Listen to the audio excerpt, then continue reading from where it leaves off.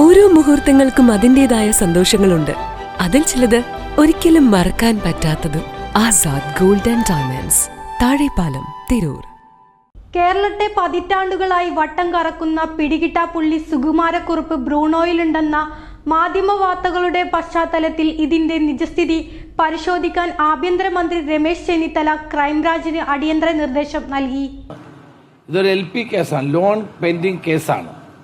അപ്പോൾ ഞാൻ ADGP crime branch Shri വെങ്കടേഷിനോട് ഇതിനെപ്പറ്റി അന്വേഷിക്കാനായി പറഞ്ഞിട്ടുണ്ട്.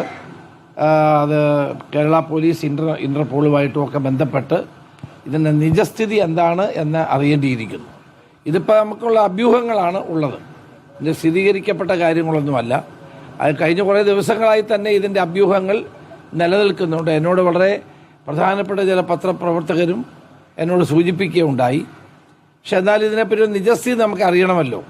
അപ്പോൾ അതുകൊണ്ട് ADGP ക്രൈംബ്രാഞ്ചിൻ്റെ ചുമതലയുള്ള ADGP ശ്രീ വെങ്കടേഷിനോട് ഇന്നലെ തന്നെ വാർത്ത വന്നപ്പോൾ തന്നെ ഞാൻ അന്വേഷിക്കാൻ. വാർത്തകൾ നിലവിൽ വെറും അഭ്യൂഹങ്ങൾ മാത്രമാണെന്നും സ്ഥിരീകരിച്ചിട്ടില്ലെന്നും വ്യക്തമാക്കിയ ആഭ്യന്തരമന്ത്രി കാര്യങ്ങൾ അന്വേഷിച്ച് റിപ്പോർട്ട് നൽകാൻ ക്രൈംബ്രാഞ്ച് മേധാവി H വെങ്കടേഷിനോട് ആവശ്യപ്പെട്ടു. ബ്രൂണോയിൽ കഴിയുന്നതായി പറയപ്പെടുന്ന വ്യക്തിയെക്കുറിച്ചുള്ള വിവരങ്ങൾ ഔദ്യോഗികമായി പരിശോധിക്കുന്നതിനായി ഇന്റർപോളുമായി ബന്ധപ്പെടാൻ കേരള പോലീസ് നടപടികൾ ആരംഭിച്ചിട്ടുണ്ട്. സുകുമാരക്കുറുപ്പ് പേരുമാറ്റി മറ്റൊരു പാസ്പോർട്ടിൽ ബ്രൂണോയിൽ സുഖമായി ജീവിക്കുന്നുണ്ടെന്ന ദൃശ്യങ്ങൾ അടക്കമുള്ള വാർത്തകളാണ് അടുത്തിടെ പുറത്തുവന്നത്. ഹൃദ്രോഗബാധിതനായി കുറുപ്പ് ഇപ്പോൾ ജീവിച്ചിരിക്കാൻ സാധ്യതയില്ലെന്ന നിഗമനത്തിൽ 42 വർഷം പഴക്കമുള്ള ഈ കേസ് അവസാനിപ്പിക്കാൻ ക്രൈംബ്രാഞ്ച് ഒരുങ്ങുന്നതിനിടെയാണ് പുതിയ വെളിപ്പെടുത്തലുകൾ ഉണ്ടായത്. News desk news 99. 35 വർഷത്തെ വിശ്വസ്ത പാരമ്പര്യവുമായി എന്നും എപ്പോഴും കൂടെയുണ്ടെന്ന വിശ്വാസം.